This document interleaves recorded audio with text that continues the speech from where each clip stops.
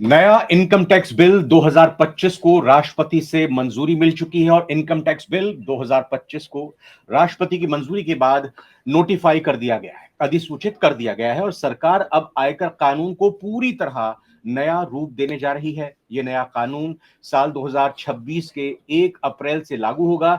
यह कानून income tax कानून 1961 की जगह लेगा। नए कानून के माध्यम से टैक्स कानून को सरल बनाने की कोशिश की गई है। तो ये कितना सरल हो गया है, क्या इसके अंदर कंफ्यूजन है, लोगों को जो दिक्कतें आ सकती हैं उसको दूर करने की आज अपने इस खास प्रोग्राम धन की बात में हम कोशिश करेंगे। नमस्कार, मैं रविंद्र सिंह आपके साथ। नवभारत टाइम्स में आप जुड़ चुके हैं और आज हमारे साथ खास मेहमान income tax expert chartered accountant C Kamlesh Kumar sir जुड़ चुके हैं। सर, बहुत बहुत स्वागत है आपका। आप Ravi Rajan and company LLP के टैक्सेशन पार्टनर भी हैं और हमारे साथ Shishir Chaurasia sir, business editor NBT, आप भी जुड़ चुके हैं और आपका भी बहुत बहुत स्वागत। शिशिर जी, 1961 के बाद अब साल 2025, इतने दशकों के बाद नए कानून की जरूरत क्या पड़ी और क्या सब कुछ बदल जाएगा? नए कानून की जरूरत तो पड़ती ही है। जब हम तरक्की कर रहे हैं, देश तरक्की कर रहा है, तो कानून भी नया चाहिए। हमारा जो इनकम टैक्स एक्ट था वो 1961 में बना था, तो 60s या 50s के आबो हवा में बना था। उस समय देश में क्या माहौल था, उस समय देश में क्या था। अब जो है तब से अब तक काफी बदलाव आ चुके हैं, तकनीकी तरक्की भी हो चुकी है। अब कंप्यूटर, ईमेल और व्हाट्सएप का जमाना है। पहले लोग उस समय 1960-61 में जब ये कानून बना था तो लोग जेरोक्स और फोटो स्टेट नहीं जानते थे, और अब तो आप फोटो खींचिए और फोटो खींच के तुरंत पीडीएफ बनाइए और डॉक्यूमेंट कहाँ से कहाँ भेज दीजिए। तो इस मामले में बेहतर तो हमें कमलेश जी बताएंगे, क्योंकि वो इनकम टैक्स मामलों के जानकार हैं, कानून के विशेषज्ञ हैं। तो कमलेश जी, आपका हमारे कार्यक्रम में स्वागत है। मैं सबसे पहला सवाल आपसे पूछूंगा। हमसे बहुत लोगों ने पूछा, हमारे दफ्तर के ही कुछ लोगों ने पूछा कि हमारा कुछ मसला चल रहा है, कुछ मामला चल रहा है जो कि इनकम टैक्स 1961 के हिसाब से है। अब नया कानून आ गया है, तो क्या वो मामले अपने आप बंद हो जाएंगे या क्या होगा उसका? नहीं, देखिए, पहले तो बताऊं, इनकम टैक्स एक्ट 2025 अभी सर ने बोला, रविंद्र सर ने बोला कि नोटिफाई हो गया है, लेकिन इम्प्लीमेंट भी हो गया है। डेट फिक्स है, दैट इज इम्प्लीमेंटेड। अभी कुछ करना नहीं है, देयर इज नथिंग पेंडिंग। अब वो टाइम का वेट कर रहे हैं। 1 अप्रैल 2026 जैसे आएगा ये अप्लाई हो चुका, ठीक है। ये डेट ऑलरेडी फिक्स है एक्ट के अंदर, ठीक है। अब बात करते हैं कि आपने क्वेश्चन पूछा सर, इनकम टैक्स एक्ट में, किसी पुराने एक्ट में 1961 में केस चल रहा है जी, कोई भी चल रहा है, चाहे स्कूटनी का केस चल रहा है, अपील का केस चल रहा है, चाहे सीआईटी ए के अंदर कमिश्नर अपीलेट के पास अपील चल रहा है, इनकम टैक्स ट्रिब्यूनल के अंदर चल रहा है अपील, या हाई कोर्ट, सुप्रीम कोर्ट, कहीं भी चल रहा है। देखिए, जब कोई नया कानून आता है और उस कानून से पहले जो पुराना कानून होता है उसके अंडर कोई केस होता है, तो वो पुराने कानून के हिसाब से ही डिस्पोज होता है, चलता है।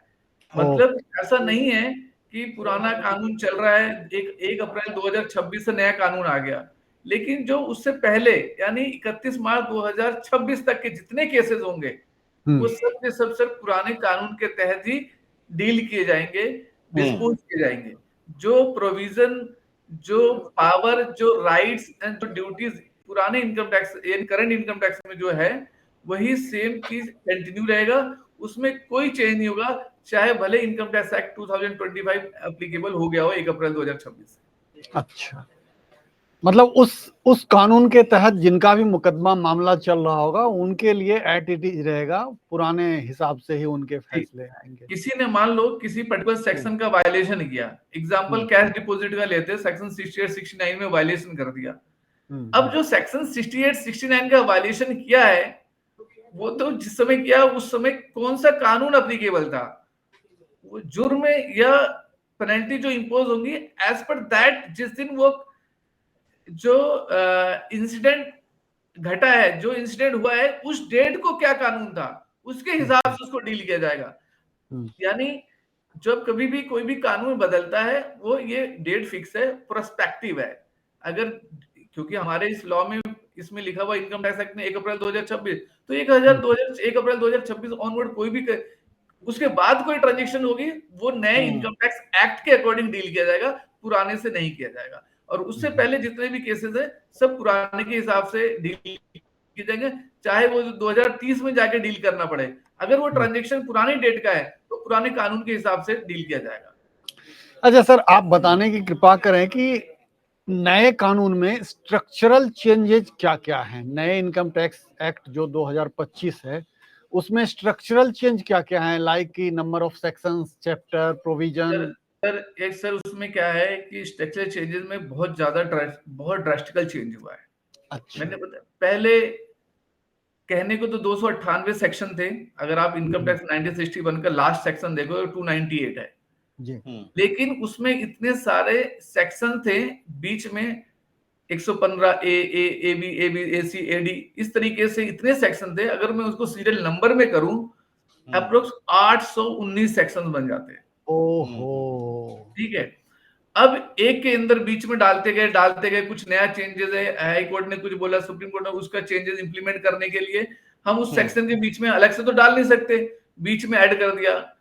मान लो 115 ए, फिर डबल ए, फिर triple A B, A B B, A B, मतलब दिस इज द वे। तो ये अल्टीमेटली सबको कंफ्यूजिंग रहता है, असेसी को भी, असेसिंग ऑफिसर को भी, प्रोफेशनल को भी रहता है कि भैया इतने सारे सेक्शन कैसे याद किए जाए, कैसे समझा जाए। तो बार बार किताबें देखनी पड़ती है, याद नहीं होता। तो ये अभी उन्होंने क्या कर दिया कि इसको घटा के 819 सेक्शन को घटा के 536 सेक्शन में कन्वर्ट कर दिया। और जो बहुत सारे यहाँ पे ओवरराइड, जो मतलब रिडंडेंस वर्ड थे, डुप्लीकेसी थी, क्रॉस रेफरेंस थे, उन सबको हटा के मिनिमाइज कर दिया गया। 1200 प्रोवाइजो थे, हर सेक्शन के नीचे 4-4, 5-5 प्रोवाइजो था। 1200 प्रोवाइजो, 298 सेक्शन के अंदर 1200 प्रोवाइजो, 900 एक्सप्लेनेशन। आप देखो ये दोनों के दोनों प्रोवाइजो और एक्सप्लेनेशन सबके सब डिलीट कर दिया गया, हटा दिया गया। न्यू इनकम टैक्स एक्ट 2025 के अंदर प्रोवाइजो सारे हटा दिए गए, एक्सप्लेनेशन सारी हटा दी गई। ये एक्सप्लेनेशन और प्रोवाइजो लाया कब जाता है? जब कोई कोर्ट का ऑर्डर आया, लेकिन वो एक्ट में नहीं लिखा हुआ है, ये एक्ट में क्लैरिटी नहीं है, तो किसी कोर्ट ने बोला, हाई कोर्ट ने बोला नहीं इसमें ऐसा होना चाहिए, तो इनकम टैक्स उसको क्लैरिफाई करने के लिए कोई प्रोवाइजो डाल देगी, कोई एक्सप्लेनेशन डाल देगी, कोई कंडीशन पुट करना प्रोवाइजर। तो इन सब चीजों को हटा दिया गया है। अब बिल्कुल neat and clean number, serial number है, 1 से लेकर 36 तक, 536 तक सारे सेक्शन ऑर्डर में, कोई एक्सप्लेनेशन नहीं है, कोई प्रोवाइजर नहीं है। सर, कॉमन मैन के लिए common question, income tax means direct tax. अब ये एक सैलरीड पर्सन को, एक फ्रीलांसर को, या जो प्रोफेशनल्स होते हैं, चार्टर्ड अकाउंटेंट्स हुए, डॉक्टर्स हुए, टीचर्स हुए, या जो स्मॉल बिजनेस अपना चलाते हैं, उनको किस तरह से प्रभावित करेगा? उनकी टैक्स लायबिलिटी पर किस तरह से चेंजेस आएगा? राहत मिलेगी या फिर कहीं ना कहीं उनके लिए परेशानी बढ़ सकती है टैक्स की वजह से? थोड़ा इसको एक एक करके श्रेणी के हिसाब से सर क्लैरिफाई कीजिएगा प्लीज। सर देखिए ऐसा सर, जो छोटे बिजनेसमैन है, जिनकी या छोटे प्रोफेशनल्स हैं, जैसे डॉक्टर हैं, जिनकी टर्नओवर 50 लाख या 75 लाख से कम होती है, या बिजनेसमैन है जिनकी टर्नओवर 2 करोड़ 3 करोड़ से कम होती है, जिनको आप सेक्शन 44 एडी, जो बिजनेसमैन के लिए 44 एडी पुराना सेक्शन 1961 वाले में, और 44 एडी ए प्रोफेशनल के लिए होता है। अब देखो मैं आपको ये बोल रहा हूँ ना, सेक्शन की कॉम्प्लेक्सिटी देखो, बिजनेसमैन सेक्शन 44 एडी, प्रोफेशनल आ जाता है सेक्शन 44 एडीए, और जो ट्रांसपोर्ट में होते हैं उनके लिए सेक्शन 44 ई एई। अब एक 44 के सेक्शन में मैं आपको 3 सेक्शन यही बता रहा हूँ अपने आप में, तो कॉम्प्लेक्सिटी देखो।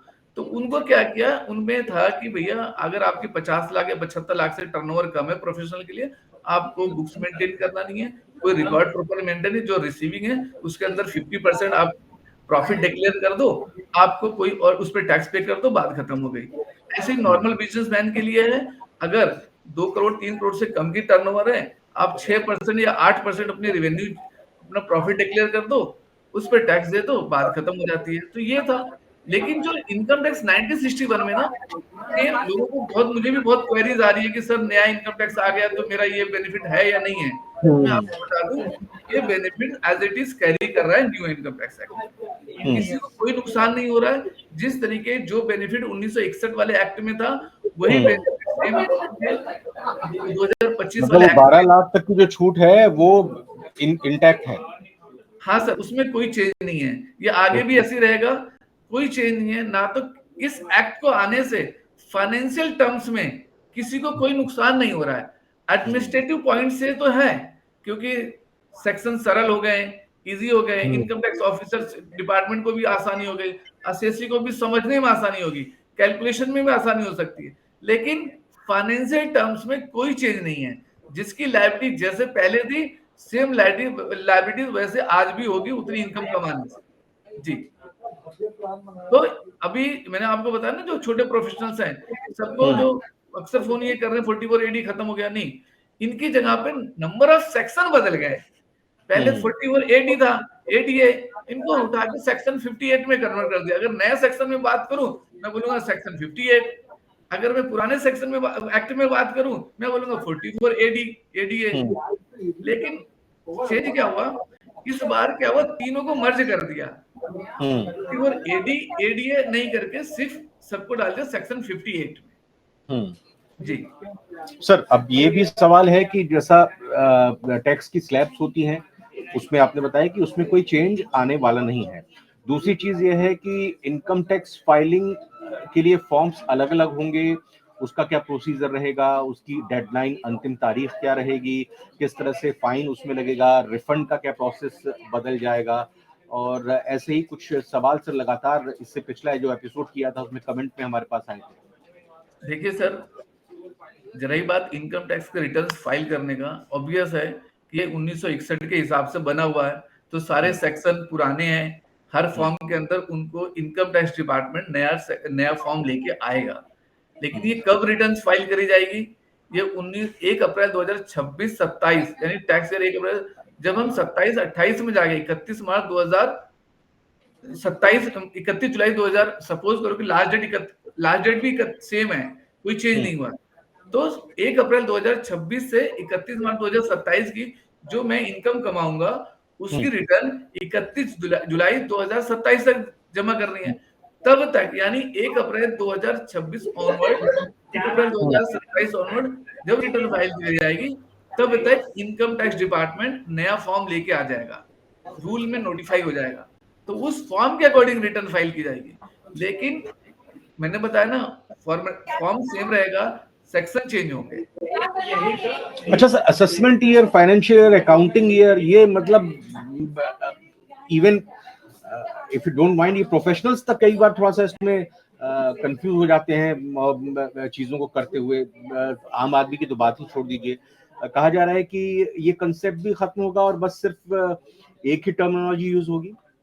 सर देखिए, बिल्कुल सही कह रहे हैं, असेसमेंट ईयर प्रीवियस ईयर में इतना कंफ्यूजन है, कभी कभी चार्टर्ड अकाउंटेंट को छोड़ के ऑलमोस्ट सब कंफ्यूज ही रहते हैं इस टॉपिक पे।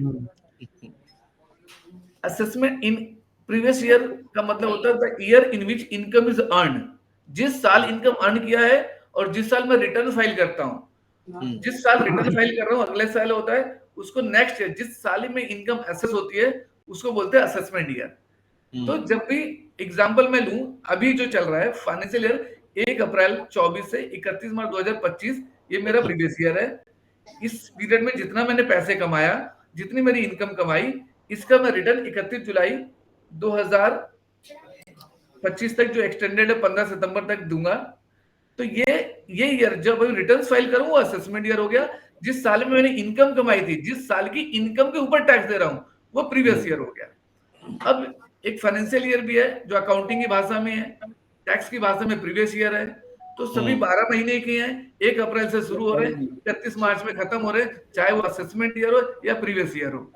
न्यू बिजनेस के केस में थोड़ा प्रीवियस ईयर चेंज होता है, अदरवाइज सभी 12 महीने के। लेकिन इस इनकम टैक्स एक्ट में 2025 वाले में इस कंफ्यूजन को दूर करके एक पीरियड आ गया टैक्स ईयर। अब कंफ्यूजन खत्म हो गई, हम बोलेंगे नहीं कि 24-25 की बात करें या 25-26 की बात करें, हम बात करें टैक्स ईयर। अब अगली रिटर्न जो पहली रिटर्न फाइल होगी वो होगी 1 अप्रैल 2026 से 31 मार्च 2027 के बीच में। जब हम 27 के बाद रिटर्न फाइल करेंगे हम बोलेंगे टैक्स ईयर 2026-27। सर एक चीज इसमें और भी है कि फाइनेंशियल ईयर अगर हम बात करें तो ये 1 मार्च से लेकर नेक्स्ट ईयर के 31 मार्च तक ही हमारे जब से टैक्सेशन सिस्टम है तब से चल रहा है। अगर हम डेवलप्ड कंट्री की बात करें, यूरोपियन कंट्रीज की बात करें, if I am not wrong, वहां पर 1 जनवरी से 31 दिसंबर तक का सिस्टम होता है। कहा यह भी जा रहा था कि इसमें ये चेंज किया जाएगा, 1 जनवरी से लेकर 31 दिसंबर तक की बात की जाएगी, थोड़े और प्रोसेस को आसान बनाने के लिए। इसमें कुछ इस तरह का चेंज क्या लाया जा रहा है या फिर इसमें जरूरत नहीं महसूस की गई? नहीं सर, देखिए पहली बात है कि एक्ट तो बन चुका है और इस तरह की कोई चेंज नहीं है। ठीक है, एक्ट तो बन चुका है, इस तरह की कोई चेंज नहीं है। अगर ये चेंज करने की सरकार की मंशा होती तो ये अच्छा टाइम था कि उसको चेंज करने का। ठीक है, तो क्योंकि हर आपने बोला है कि फॉरेन कंट्रीज में कई जगह पे कैलेंडर ईयर को अपने हिसाब से लोग करते हैं।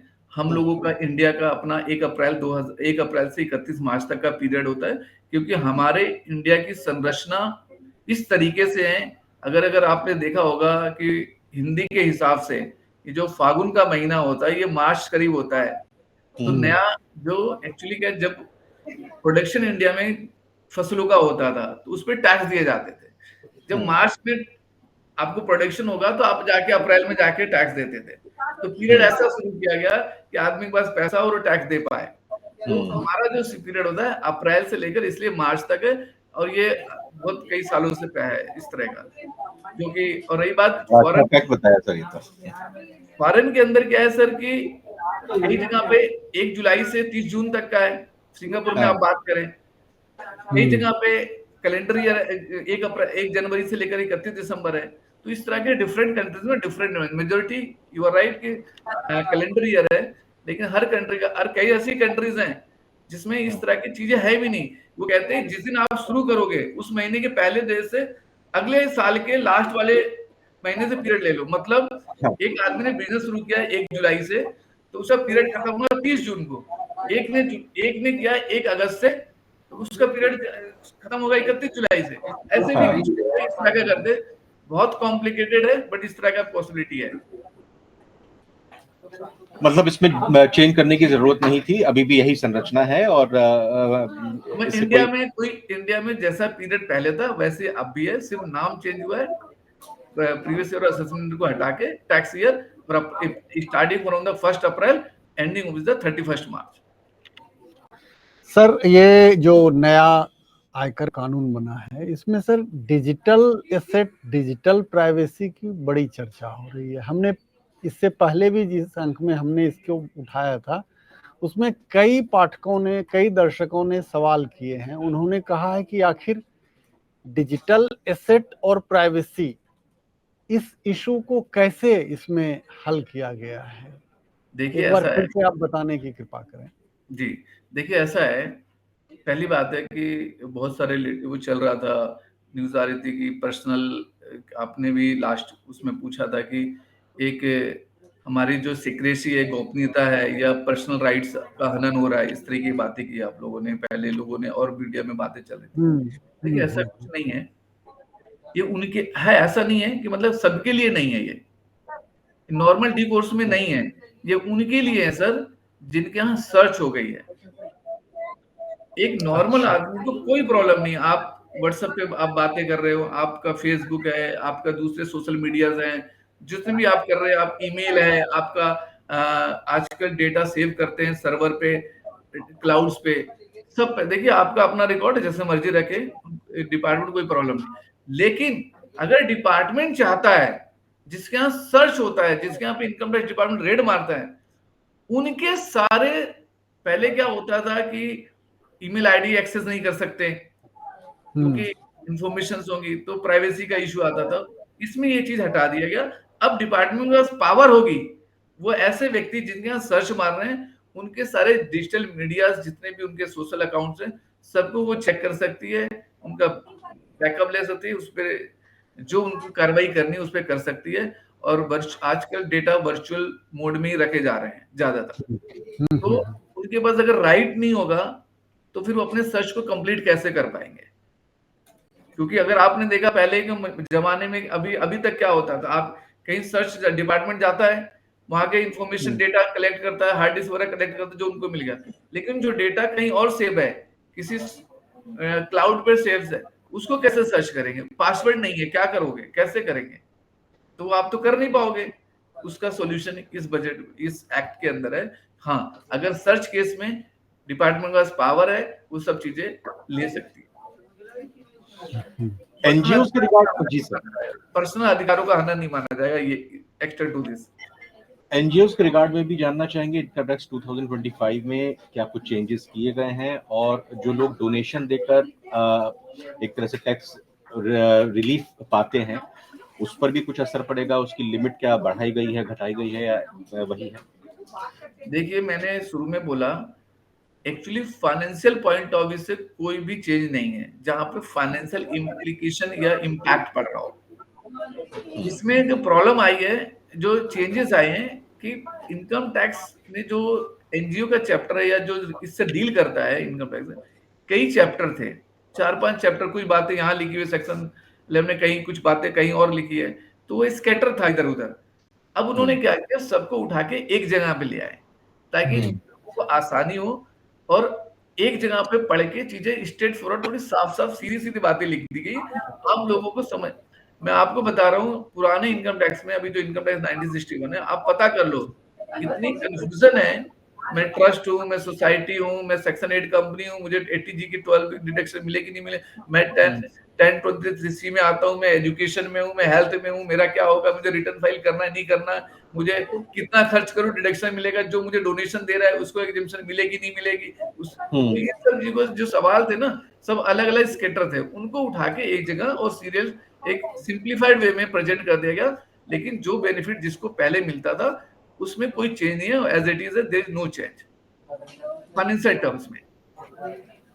मतलब उसी तरह के प्रावधान नए कानून में भी कर दिए गए हैं। तो कर दिए गए, बल्कि आसान कर दिए गए, एक जगह डाल दिए गए ताकि सबको समझ में आ जाए। समझना आसान हो गया। पहले जैसे बोझिल था, डिफरेंट जगह अलग अलग सेक्शन में बिखरा हुआ था, सबको अब एक जगह एक स्थान पे लाके रख दिया गया है। सर, मैं इसमें ऐड करूं एक बात, इवन प्रोफेशनल को नहीं समझ में आता, कई बार इतना कॉम्प्लिकेटेड हो जाता है कि वो समझना, मतलब कि मेरे पास ऐसे लोग आते हैं जो मेरे जूनियर चार्टर्ड अकाउंटेंट, कई बार वो समझ नहीं पाते सर इसका मतलब यहाँ, तो आप सोच सकते हैं कि इतना कॉम्प्लिकेटेड है। तो एक तरह से सर कहा जाए कि ये चार्टर्ड अकाउंटेंट के लिए तो बड़ा गड़बड़ साबित होगा, क्योंकि ये इतना आसान कर दिया, आम जनता अपने से सब काम करेगी, तो फिर आपको कौन पूछेगा? सर देखिए, ये इंडिया है जी। आपको ऐसा नहीं है, हर आदमी इतना एक्सपर्ट नहीं है। फिर भी आसान करने का मतलब ये नहीं कि बहुत आसान हो गया, है तो लीगल लैंग्वेज, ठीक है, पहले की तुलना में आसान हो गया, बट कॉम्प्लिकेशन तो है ना सर, बहुत सारी। बहुत अच्छी बात है, इस बार इस एक्ट के अंदर बहुत सारे शेड्यूल में डाल दिया गया चीजें ना, थोड़ी जो स्कैटर थे, लैंग्वेज सिंपल चीजें लिखी हो। आप ऐसा समझ लीजिए कि मान लो कोई एक पैराग्राफ में आपको एक पेज में लिख के समझाया गया हो कोई बात, और आपको एक चार्ट बना के दे दिया जाए, कौन सा आसान होगा? हाँ, वही जो विजुअल रिप्रेजेंटेशन होगा वो ज्यादा आसान होगा। तो इसी तरीके से इन्होंने जो टीडीएस का चैप्टर लूं मैं, टीडीएस काटने में हर सेक्शन में एक बात लिखी होती है, जो कम होगा उसमें कटेगा, जो कम होगा उसमें कटेगा, ये इतना अमाउंट है, ये सेक्शन है, हर एक सेक्शन में सेम कंडीशन लिखी हुई है, सब्जेक्ट टू थोड़ा चेंजेस के साथ। तो उन्होंने सबको एक टेबल में डाल दिया, उन्होंने कहा कि भाई इस टेबल को पढ़ लो और आसानी से समझ लो, तो एक लाइन में सब चीजें आ गई, तो कितना आसान हो गया। जहां पे 2-3 पेज में एक सेक्शन के बारे में डील होता था, अब 2-3 पेज में कई सेक्शन के बारे में डील हो रहा है, तो इट्स ए टेबुलर फॉर्म में आ गया। कई जगह तो फार्मूले लिख दिए गए, जहां पे लोगों को दिक्कत आती थी, बड़ा चीज है, तो जहां कंफ्यूजन होता था उसको इन्होंने एक सिंप्लीफाइड करने के लिए फार्मूला बना दिया, इस फार्मूले से कैलकुलेशन कर लो, कोई ग्रे एरिया ना रहे। लेकिन फिर भी देखिए ऐसा है, अभी तो नया एक्ट है, जब इम्प्लीमेंट होगा ना, जब प्रैक्टिकल प्रॉब्लम्स आएंगी, तो तब जाके समझ में आएगा कि जब हम कोर्ट में भागेंगे कि सर ये प्रॉब्लम हो गई, जब ऑब्जर्वेशन आएंगे देन विल बी। जैसे अभी इनकम टैक्स बिल 2025 में जो फरवरी में आया था, उसमें इतने सारे शॉर्ट कमिंग थी, more than approx 300 suggestion accept किया सेलेक्ट कमेटी ने, तब जाके अप्रूव हुआ, तब जाके इसे। अच्छा, तो अगर वो एज इट इज आ गई होती आप ये सोच नहीं सकते level of litigation in the court, ठीक है। लेकिन उन्होंने अच्छा किया, उसको सारे रिकमेंडेशन एक्सेप्ट करके आगे पास हो गया और एक्ट बन गया। तो लिटिगेशन का स्कोप तो सर हमेशा रहेगा, जहां दो लोग हैं डिफरेंस ऑफ ओपिनियन रहेंगे, लेकिन पहले की तुलना में कम होने की संभावना है, तो प्रोफेशनल की जरूरत पड़ेगी सर। सर लास्ट हमारे एपिसोड में मल्टीपल क्वेश्चंस आए थे एक ही टॉपिक से रिलेटेड। मैं एज इट इज उस क्वेश्चन को आपके पास रखता हूं और उसको थोड़ा सा सरलता के साथ, जैसे सारे सवालों के जवाब आपने दिए, उम्मीद है कि उसका भी जवाब मिलेगा। सवाल ये है कि sir, will SCGs and LTCGs be eligible for section 87A rebate under the new income tax act? थोड़ा सा समझाएं सरल भाषा में SCGs और LTCGs के बारे में, और क्या एग्जेम्पशन मिलेगी इसमें 87A रिबेट के अंडर? में देखिए ऐसा है, पीछे क्या हुआ था कि इनकम टैक्स सॉफ्टवेयर के अंदर पहले 87A की रिबेट मिलती थी इस वाले सेक्शन में, जो लॉन्ग टर्म कैपिटल गेन है या शॉर्ट टर्म कैपिटल गेन है, जिसको आप LTCG बोल रहे हैं। जब हम शेयर्स वगैरह बेच रहे होते हैं, ठीक है, उसमें ना या तो शॉर्ट टर्म कैपिटल गेन आता है या लॉन्ग टर्म कैपिटल। तो अगर मान low income tax new regime के अकॉर्डिंग 7 लाख रुपए तक टैक्स नहीं है, ठीक है।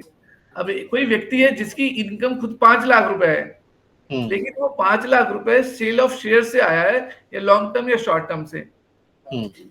हम कह रहे हैं कि 7 लाख रुपए तक टैक्स नहीं है, तो उसकी इनकम टोटली 5 लाख रुपए, अब उसमें टैक्स लगेगा या नहीं लगेगा? तो उसमें क्या एक्चुअल में जो लिमिट है, मिनिमम एग्जेम्पशन लिमिट, वो तो 3 लाख रुपए है। तो किसी के 3 लाख से ऊपर है तो टैक्स देना पड़ेगा, तो 7 लाख का क्या यूज है? तो उन्होंने बोला जिनकी इनकम 7 लाख रुपए है, टैक्स तो आएगा, लेकिन सेक्शन 87A में हम रिबेट दे देंगे, जिससे उनकी इनकम 0 हो जाएगी। अब क्या हुआ, उन्होंने बोला पिछले बजट में चेंज किया था, लेकिन सॉफ्टवेयर में चेंज नहीं हुआ था, कि जो स्पेशल कैटेगरी की इनकम है, जैसे आपने बताया long term capital gain, short term, क्योंकि इसमें 30% टैक्स नहीं लगता। इसपे अभी तो लॉन्ग टर्म में 12.5% हो गया, ठीक है, और पहले 20% था, पहले 10% था कैपिटल, 10% था शेयर्स के ऊपर, प्रॉपर्टी पे 20% था। तो जो शॉर्ट टर्म था वो 15% था, इसको बढ़ा के 20% कर दिया। तो ये परसेंटेज स्पेशल रेट की कैटेगरी कहते हैं। इस पे ना स्लैब नहीं लगता, आपकी स्लैब कितनी बढ़े इस पे स्लैब नहीं लगेगा। तो उन्होंने बोला जो स्लैब लगने वाले हैं उन पे 87A की रिबेट मिलेगी, लेकिन जो स्पेशल कैटेगरी के टैक्सेस हैं उसको नहीं मिलेगी। ये चेंजेस लेके आए। तो क्या हुआ, अभी कुछ लोग, एक लेडी थी, उन्होंने कोर्ट में चले गए, उनको 87A की रिबेट नहीं मिले, उनकी 7 लाख से इनकम कम थी, और उन्होंने 87A की रिबेट, जब हम इनकम टैक्स रिटर्न फाइल करते हैं, जो 143(1) की इंटीमेशन आती है, उसके अंदर उन्होंने डिडक्शन अलाउ नहीं किया, उसे रिजेक्ट कर दिया, उसके ऊपर टैक्स निकाल के टैक्स डिमांड कर दी। वो लेडी कोर्ट CIT को अपील फाइल किया, उन्होंने रिजेक्ट कर दी, ITAT पे ITAT ने उन्होंने अलाउ किया, उन्होंने बोला इनको अलाउ करना पड़ेगा, क्योंकि पहले सॉफ्टवेयर खुद अलाउ कर रहा था, बाद में उन्होंने सॉफ्टवेयर को अपडेट करके किया, तब अलाउ नहीं कर रहा था। पहले सॉफ्टवेयर ने इनकम टैक्स का सॉफ्टवेयर अलाउ करता है, बाद में नहीं करता, तो उन्होंने कोर्ट में गया और कोर्ट अलाउ कर दिया। तो इस बजट में, इस एक्ट में स्पेशली इस बात को डाल दिया गया, स्पेशल टैक्स में जो डिडक्शन जो इस पर टैक्स लगेगा, उस इनकम के ऊपर 87A की रिबेट नहीं मिलेगी। अच्छा, ये मतलब स्पष्ट कर दिया गया कि अब ऐसा आप मुगालते में ना रहें। पहले इन्होंने भी बोला नहीं मिलेगी, उसको अब ढंग से क्लैरिटी करके डाल दिया गया, 87A की रिबेट नहीं मिलेगी अगर आपके पास लॉन्ग टर्म शॉर्ट टर्म से कैपिटल गेन आ रहा है। जी, तो बढ़िया हो गया सर। बढ़िया नहीं हो गया तो पहले हो गया, तो उसे कन्वर्ट किया है, उसको फॉर्मल वे में ढंग से कर दिया, एक्ट में डाल के। जो भी मुनाफा शेयर्स और म्यूचुअल फंड से कमा रहे हैं वो बढ़िया नहीं हुआ। हाँ, नहीं, तो अब तो देखिए, जो निवेशक हैं, परंपरागत निवेशक हैं, पहले बैंक FD में करते थे, PPF में करते थे, अब तो वो सब रहा नहीं, वहां तो 6%, 6.5%, 7% रह गया। तो आम निवेशक भी अब तो म्यूचुअल फंड की तरफ जा रहे हैं। म्यूचुअल फंड में ठीक भी है, साल भर आप रखिए, साल भर के बाद लॉन्ग टर्म गेन होगा। लॉन्ग टर्म का टैक्स का देके आराम से 12.5% दीजिए, पीछा छूट जाएगा। जी वो देखिए वो तो अच्छा है, बल्कि सर पहले सर ने उनको 10% लगता तो बढ़ाया ये 12.5% करके कि सर 2.5% बढ़ गया है। लोगों का रुझान जो है ज्यादातर म्यूचुअल फंड की तरफ या इक्विटी मार्केट में जाने लग गया, तो सरकार ने उसको देखते हुए अपना डिसीजन लिया है और टैक्स थोड़ी बढ़ाया 2.5%। जी तो सर लास्ट में बस यही कि ये 1 अप्रैल 2026 से इम्प्लीमेंट होगा, लेकिन अस्तित्व में न्यू इनकम टैक्स 2025 आ चुका है, वही बात तो आपने जो शुरुआत की। जी सर। कुछ और एड ऑन सर करना चाहेंगे, कोई क्लोजिंग रिमार्क? नहीं, आपने ऑलमोस्ट सारे पूछ लिए, जो भी क्वेश्चन आपके हैं आप पूछ सकते हैं, वो पूछ ही लिए। बट ये मैं बोलूँ कि इसको हमें वेलकम करना चाहिए, सरकार का जो ये कदम है, लोगों को पहले की तुलना में एक्चुअली में आसानी होगी। प्रोफेशनल को, टैक्स एडमिनिस्ट्रेशन को, आम जनता को, जो लोग, कई लोग खुद अपने रिटर्न्स फाइल करते हैं, उनको समझना है। हाँ, शुरू में प्रॉब्लम होगी सेक्शन में, सेक्शन के लिए कि पहले सेक्शन, जैसे एग्जांपल आप लोगों को जब रिटर्न्स प्रोसेस होता है तो एक इंटीमेशन आती है सेक्शन 143(1), ठीक है। अब सेक्शन 140, अब आपको कोई, मैं एक बात बताना भी चाहूंगा इसको लेके, अगर कभी किसी को ये जानना है कि पुराना, अगर किसी सेक्शन में आ गया पुराना नोटिस, अब उसका करस्पॉन्डिंग सेक्शन क्या होगा, सरकार ने इसके लिए सुविधा दे रखी है। अगर कोई आदमी ये पता करना चाहता है, कोई शख्स ये पता करना चाहता है कि करस्पॉन्डिंग सेक्शन क्या हो गया नए एक्ट में, तो इनकम टैक्स की वेबसाइट पे incometaxindia.gov.in के ऊपर एक यूटिलिटी दी गई है, आप वहां जाएं, पुराना सेक्शन डालें, नया सेक्शन आपको दिखा देगा। ओके। ये प्रोफेशनल के लिए बोलूं, जो प्रोफेशनल जिनको नहीं पता या और लोगों को अगर ये चेक करना चाहें कि भाई मेरा नया सेक्शन क्या है, अगर एग्जांपल के तौर पे कि जैसे मान लो कि 143(1) की इंटीमेशन आती है, 143(1) की इंटीमेशन आज की डेट में अगर आएगा तो क्या लिख के आएगा, उस पर लिख के आएगा 270। जैसे अभी हैबिचुअल है कि 143(1) आ गया, तो जब अगली बार आएगा 270, तो आप कैसे वेरीफाई करोगे वही है, यही है। तो आपके पास यूटिलिटी है, आप जाएं, इनकम टैक्स पोर्टल से डाउनलोड करें, उनका पोर्टल पर अवेलेबल है, डाउनलोड नहीं, वहां अवेलेबल है।